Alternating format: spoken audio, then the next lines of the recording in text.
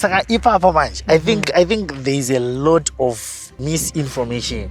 State land iri isemere nenonzi communal land. Communal land tenta kunobata masabhuku deals. Ndopaizotaura zvikanzi title deed rekuya igova rababa wako. When you are talking about state land, trukubata plots and farms, that were issued under Ministry of Lands. Zoreva here kuti ava vane A1 A2 vakaenda vakanoprocessa chaizvo vakapiwa matitle deeds vanokwanisa vachigwedura here? No, segweta. I would not recommend one to be involved in an illegal transaction. Because this is state land. You can't be selling each other's state land. Right, people of the internet, right now, ndiri kunonzi kunyabhira and pandiri panapa mukatarisa mastenda andisika ende matori marodha. So zvazvanakira nhasi, I have access to a property consultant. Ndonga muchiri kuyoga last time chaitara nyaya yekuti kana nemunhu wako paya mukanzi manetsana zvinozofamba sei nyaya dzemaproperties. But nhasi ndoda kuti munyatsoziviswa kuti kana zvakadai so zvezvakamira sei, mastains akadai so anotengeka here. And today I am with Miss Rumbi. Rumbi Zaichinyowa. Thank you so much. Indeed. Right, so Miss Rumbi. Yes. Ndiri kunoku handisika mastains aya muchitori neuswa hwakadai so handisika anotengeka here mastains akadai. Alright, kundi pazvinhu zvakawanda zvatinofanira kuti titarise.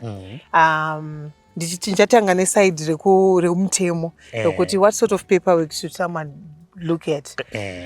Saka masenza muri kuona tiri paNyabhira, which is 22 kilometers from Westgate.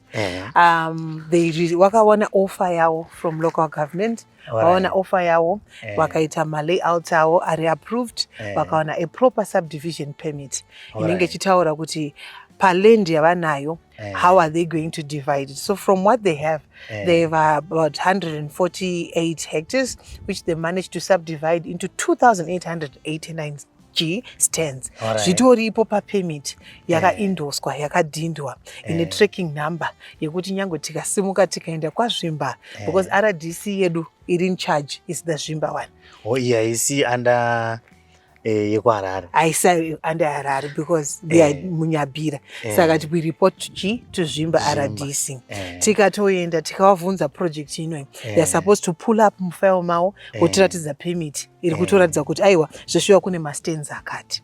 Right, saka basa ravo rinenge ratanga, wabvumidzwa kusubdivide. But vane zvinhu zviri pamutemo zvavanofanira kuita. Vatotanga kuvhura maroads aya as they are haasati apera. Kunoiswa first and second gravel wozopinda mutaa. Drainage system is supposed to be there. Water reticulation. Nokuti this is going to be a self-contained Nigerian community. Saka mvura, vagara vanofanira kunge vachiwana mvura, vagara vanofanira kunge vachiziva kuti suwa yavo ichafamba sei. But they're doing it in a modern way. So inini the question andinayo ndeyekuti mastains akadai anenge akutotengeswa here, anokwanisa kutotengeswa once tangosvika pastage yekuti they've been authorized to subdivide. Akukwanisa kudisposiwa. That's why vazhinji vacho vachiti you pay a certain amount and you finish off the balances. They are finishing off their development as well. Development. Yes. Alright. Saka isusu hatifanira kutya kutenga mastains anenge achiri stage inoi. Yes. Chakangokosha cheka kuti pane parent deed here or offer, pane approved layout here, or even check kuti is there now a dispensation certificate which is a surveying up to title level, and you also check kuti pane permit here, it endorsed and it official and it current. Zvinhu izvozvo kana zvizhinji force zviripo izvozvo, there is no way you can go off road. Nyaya inenge yavepo yekumeka sure kuti your developer is staying in terms of the agreement yekuti ndichapedzisa in 18 months, ndichapedzisa in 6 months, ndichapedzisa in 12. But how do I know manje kuti bwezi ndakamuza chinzika unoona kutenga mastains akadai so zongoramba zvakadai so? How do you know kuti sure pachazoiswa maroad, sure pachazoiswa ma-drainage system? How do I know? That's the good part of paying in installments. Because as you are paying, you're also coming to see what is the development ongoing. So that way, and that's the good part of having an agreement of sale. Anenge atozvisungira pamutemo kuti I'm supposed to finish pa period yakadai. Saka failure to do so, it's a clear breach. Isusu kumutemo tenta toti pane breach. You are able to sue the developer, yeah, for reimbursement. Right, right. So inini the question andinayo ndeyekuti mastains akadai anenge akutotengeswa here, anokwanisa kutotengeswa Once tangosvika pastage yekuti they've been authorized to subdivide. Once tangosvika pastage yekuti pane permit here, it endorsed and it official and it current. Zvinhu izvozvo kana zvizhinji force zviripo izvozvo, there is no way you can go off road. Right, so what are the other developments dzichawanikwa dzichiitwa muarea inoi? All right. So the most exciting part is they are going to have a solar farm. Solar farm. Their energy system Zanenge inenge yakatanga yazvimirira. nekuperera ipo pano. They are going to have their own solar farm, and they will Yay. also be feeding in the national grid. Yay. So it's more like a smart city. So pane vasina zviri magetsi azoita zvazvo. Yes, unlimited access to Atito heat. anobikiswa. Yes. What's patozwa kuti solar?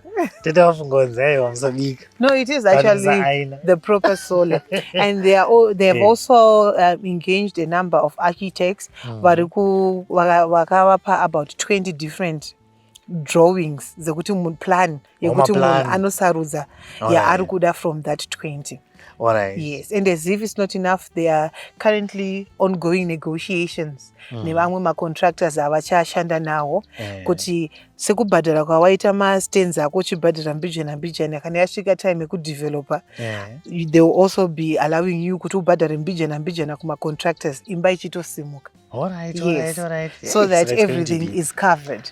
We have mixed use of schools. We have about six schools. Yes, 4 primary and 2 secondary. My ECD akatoti one day they are about 3 as well. Yes. We also have a mall.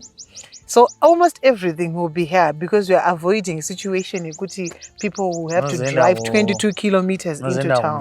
Yes. So even kana kugara kunogona ngonzwa achona how good it is. Oh yes. That's the other part, recreational center. There will be a waterfront iri nechekuzasi, and those particular stands anenge ane waterfront yekuti ane view yekuti uri pabalcony. Yes, imagine uchiona imba yako yes, inenge ichonge resort. Saka it's worthy diving in. Oh yeah, from 450 square meter stands. Alright. It's going for 19,500. Alright. Of which initial deposit ninge chidiwa 60%, and then the balance is finished off in installments. Alright. Yes. Yes, so vanga vari kutaura kuti they have a current promotion yekuti kana uda ma 300, it's only available for ma 300 square meters. It's 10,000 once off. Yeah. Saka mana mukana uripo, but ndo mastenzi ekuti kana patanga kubva nemataratara chichi zvisatangiki zvinenge zvisingatangiki. Over the video we had last year, there was an interesting questions akaramba achiita pop up, and ndakazongoti I will comment mugore ra 2026. Yes. Did I advise you of the incoming electronic title deeds ari kuexpectwa nenyika yedu akalaunchwa nenyika yedu kuti we are now supposed to have digitalized? Kune vari kutenga izvezvi kana kuti munhu wese anawo ari kutenga izvozvi akatenga kumasure munhu wese sezviri kuita malicense. Yes, we are going digital. Alright. Yes, saka zvezvifamba sei? Imbonyatsonditsanangurira nyaya bwezi inogona kunge itori nebasa kasitiri. Sema re-registration yakaitwa yemacompanies it's still going to be a re-registration yema-title deeds, whereby pane verification now yekuti uri kuya ne-original rako woona kuti are you the original owner as per the title deed that you have, woona kuti is it meeting my terms and conditions avanenge vachida kuti title deed ringe rinawo, because apa tine combination amwe anostretcha kuma 89 neamwe the recent ones. Saka the format now is going to be the same going forward. Just as it will be checked, and it will have a specific security feature. Yekuti once we enter my system, information yako yese inobuda. So we are going digital. And the government gave us 24 months to have that process. Saka tukutoti iwewe title deed rako richa expire manje. Sarga expire, like what then happens? Gara padhuze negweta rako conveyancer, because they are the ones who actually be assisting you in re-registration. Yes. Saka zviri kutofanira kutoitwa kana zvakanzi vanenge vane nguva nemukana itai. Zviri kutofanira kuitwa within that 24 months within the 24. Yes. Saka zviri kuapply kudzimba, maploti zvese. Any immovable property that has title deeds, that SI is applying to them all. All right. Yes, it was issued in 2025 last year. Fast plan where's in farm title. Yes, and even wachona vane title vane state land, there's a program as well which is ongoing. You could that particular land iwane title.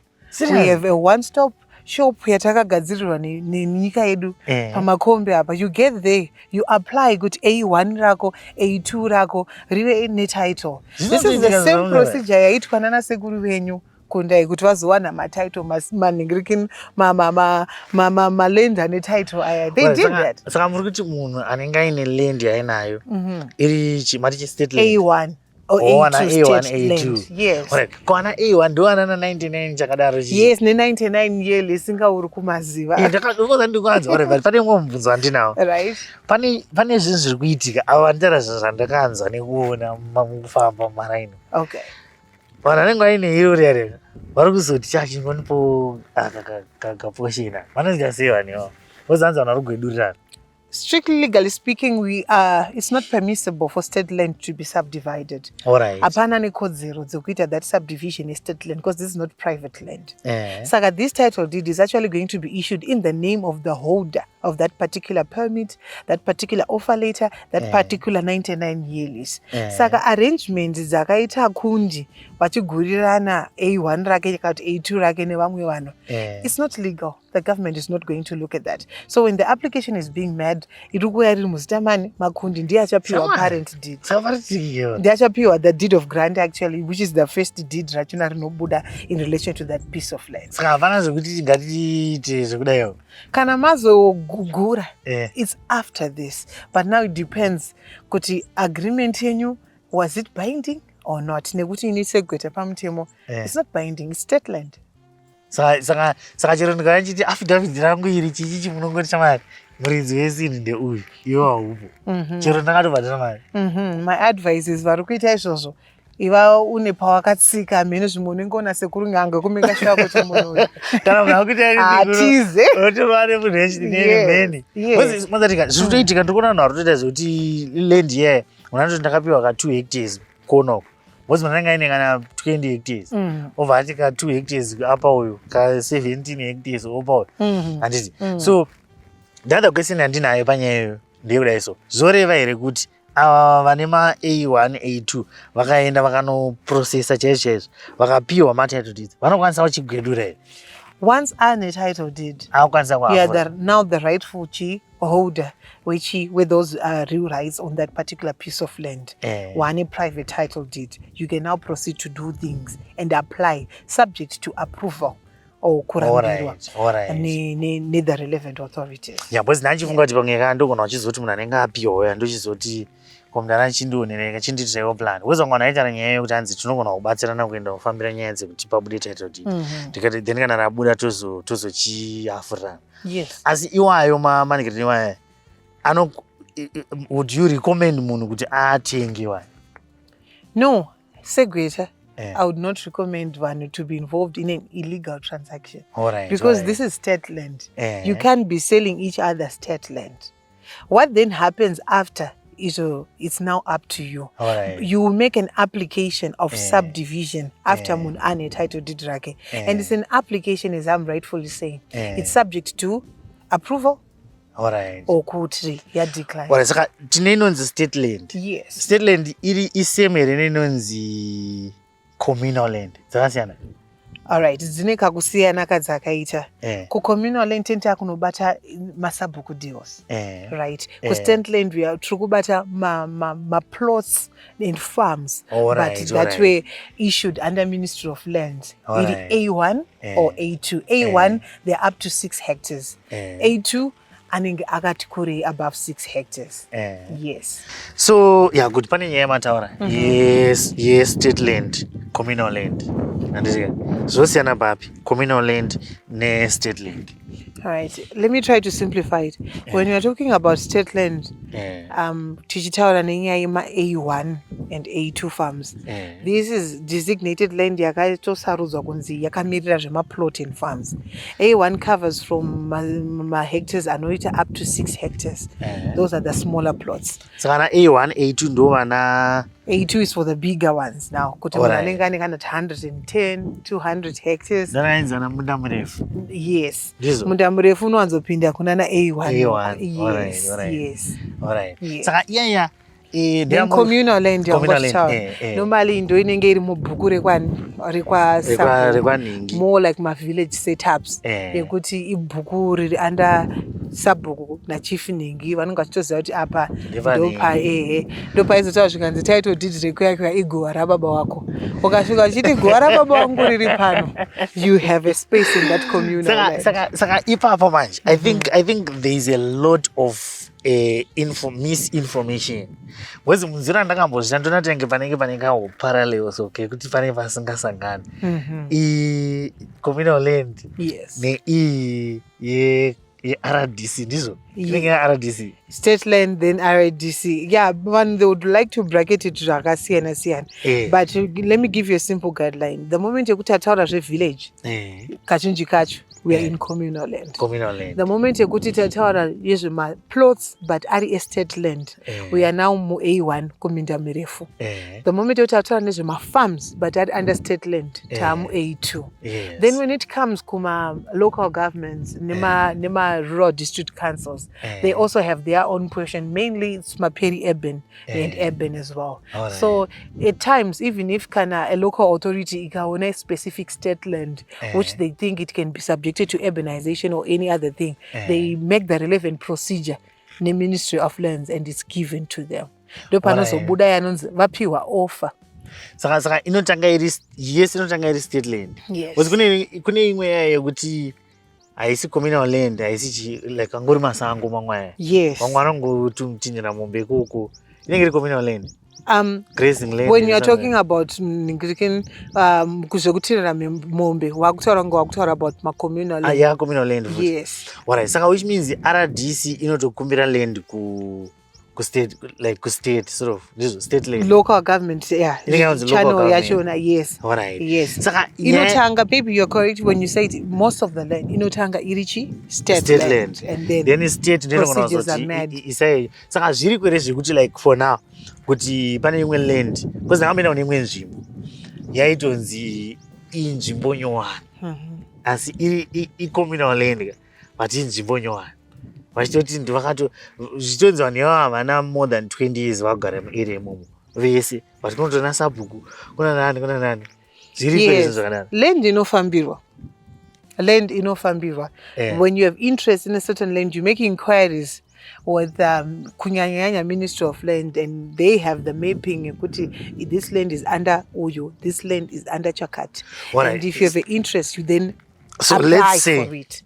Let's say kumaraini kwangu anditika ndoda kuvaka chikoro for example anditika kana ndoda kuita resort kana kuti lodge kana kuti chii anditika kuri kumaraini kwangu communal land ndokwanisa here kungonosvika ndonovaka chikoro mucommunal land kana kuvaka kana business kana shopping mall kana chii muarea mangu like muraini medu kana kuti pana ndofana kutanga like procedure inofamba sei chaiyo inofana ngeichito. Alright, there are channels to be followed. Hausviki nekungovaka that nharaunda.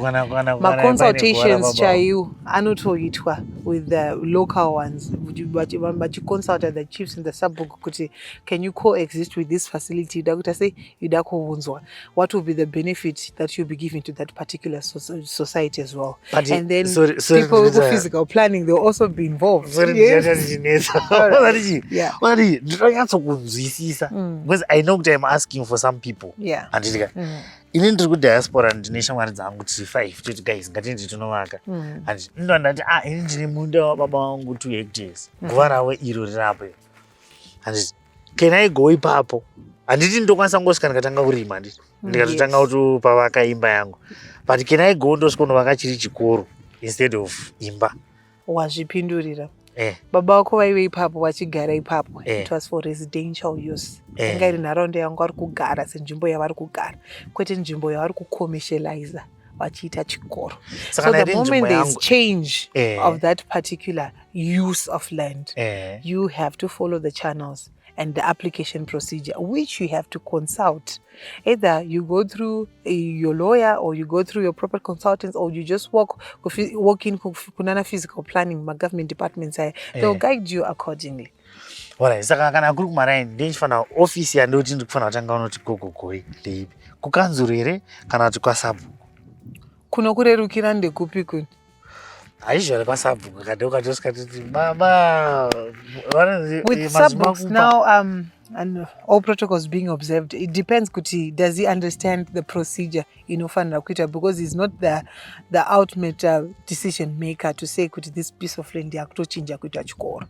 Yeah, saka yes, you need this consent, and vanoitwawo kuvunzwa kuti zvinokubenefita here, munozviona sei, munozvigamuchira sei nesociety, pazviri kuda kuitwa pakanaka here, but then you have to go to the local authority. Yeah, ndo pacho pandiri kuti local authority ine here right yekuti area machitima, bvuku rekwachitima iri, village rekwachitima vakai chikoro, then sabhuku obva ati hai ninika na sabhuku namambo nani ndichienda, vozonachiti panenge pane karodhi kasingasangani apa.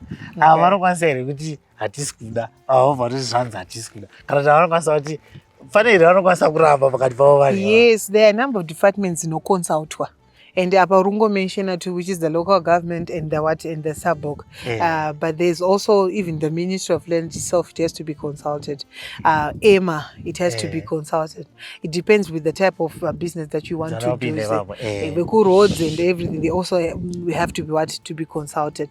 Saka, yes, mugu consult, 7 consultations zinoitika. Some who raise objections, but it's not just an objection. It needs to have valid facts and reasons. Why yes you are saying it's not proper, when I'm saying kuti mubhuku rino mune chikoro 1 and it is part of 15 kilometers. Yes, saka why are you denying vana the right of access to education? Pari padhuze. Saka all those things are looked at. It's not a matter kuti someone just wakes up and say ndoda kana kuti handidi. Yes. Alright, saka zvoreva kuti kana ndiri kumba kwedu, anything chandoda kuita chine kawo commercial, does that include kuti ndikatanga nyatsorova matanga angu enguruve, matanga angu emombe, nechindaurwa business, ndikufanira kutanga naenda futi here ku maiti local government, ndofana naenda local government kana ndogona kunzi aiwa since uri kuitawo kadhiri kako ipapa, it's okay. Alright, now that's agro. It depends kuti land uri mu-A1 kumunda mrefu, one of its uses agricultural. Saka kumaraini, you mean kuma village? Kuma village, muraini. Kana chiti kumaraini ndichitara ku village. It depends kuti pauri kuda kuitira project yako panoenderana here size yachona. Tomboti imombe. Tomboti iri mazana kune nyaya inonzi keto pen fitting. Yes. Kana ndaisa greenhouse. Ndakubayira greenhouse angu amene 15 kana 10. Tomboti ndine 1 hectare or 2 hectares. Ndokona kutoisa greenhouse akawanda. As long as it's a project that fits within an agro-residential setup, you are okay. You can proceed. Yes. Hapana need there's no change of use. Because why I'm saying this, I have seen real people. Pana ndakamboona kuma land iyo yana sabhuku idai. Anditi akatanga kuita business rake zvakanaka, angaisa nguruve dzake, aine matanga enguruve akawanda, anga nenguruve dzasvika 1000 something. Then ndobva atarati hanzi ndakawanzi nekanzuru, wane kanzuru aufanira kunge uchiita izvozvo. Waona number yawataura 1000 something kubackyard within 4000 or 1 hectare, which is 10,000 square meter. Hazvichaenderani. Because the amount or number of livestock yaunayo, be it nguruve kana chii, zvinofanira kuenderana ne size of the land that you are using. Saka kunotori ne specific number of manengirikina anototaurwa. Yes. Like kuti kana pari pakadai unogumira pa number yemombe 5, kana pari apa unogumira pa number yakadai. Ndizvozvo. Oh, that is very Israel yafane kusaziva. Ndiri munhu anga asingazivi. Indaimunga vangeni kana ndingori mufenzi mangu ndikada kutoturikidzanisa mombe idzodzo ndini. No, that's why even title did Jairo, it comes with condition. There's a page inenge itori nema conditions to that. Kuti kana uri apa haukwanisi kudai, haukwanisi kudai. Ndizvozvo. But kuridziro yangu ndeyekuti fanema A1 nema A2 offer letter 99 year lease and permit. Fambirai ma title deeds and maximize opportunity yamapiwa nenyika yenu. Yes. Ko munhu anenge achida plot rowanike rine ma title deeds. Zviko zvino. Yes, those are 5 hectare plots, 10 hectare plots. Andowanike. Yes, ariko. Zvekutoti izvezvi ndikatoti nemari ndogona kutoriwana. Zviri pachena. Zvekumamari mungaitire kana karai. It depends with the location. Alright. Peri-urban is a little bit expensive as long as it's within the radius, say 100 kilometers from Harare. My price are not dure. But as you go, Konzoko are not cheap. It also depends with the development. Particular area. Yes, because Kashin Church in land hombe, yes, it was subdivided into my 5 nema 10 hectare plots. Saga some they end up charging at $3.50 a square meter. Yes. Or cannot $2.50 a square meter. So which means good I'm with my 5 hectare plot, Anu Buddha are from 50,000 and above. With my 10 hectare plots, Anu Buddha with land, you know, it kind of the bigger it is, the cheaper it becomes. The smaller it is, the more expensive it becomes. Ndosaka tichizoti ma 300 square meter kana stand zaya inogona kutodhura. Yes. But unogona kunza munhu achirati ndakawana pane mumwe munhu ndakamudza achirati ndakawana stand. Nenzi ndakawana plot. Achirati anza ma 15,000. Yes. Zvafani panokundi depends kuti watenga at which stage of development. Development yese kana ichitanga inenge iri a little bit cheaper because avasati vaisa a lot of investment pairi. Chaanacho paperwork yake iri in order ane permit akutanga kuita sei kuvhura ma roads. So kazhinji kacho if you approach a buyer or whoever will be, I mean a developer or whoever will be disposing panguva iyo zvinenge zviri a bit cheaper because ada kuti mari ipinde opusha development. Watusiyana nemunhu achauya when the boom gate is now there, pane ma roads, pane ma drainage. Yes, saka ipapo inogona kutoti stand yawakatenga iri 15,000. The same stand after a year muna December kana munhu apedza aona mari dzekupusha unoitenga ya 35,000. Ndosaka mangu masisi panenge munhu akatongondudza nyaya iyoyo achirati pana mwana anotori nemari akatongosangana nenzvimbo yakatanga ini anosvika achiti mastenzi mari uvanzuka ane 10,000 tokupa handiti anobva aine 100,000 ova ndipei 10 omachengeta ova anyarara zvake 2 years later odisposa otanga kuti 51 interest inenge yatovepo yakakura. That is very interesting.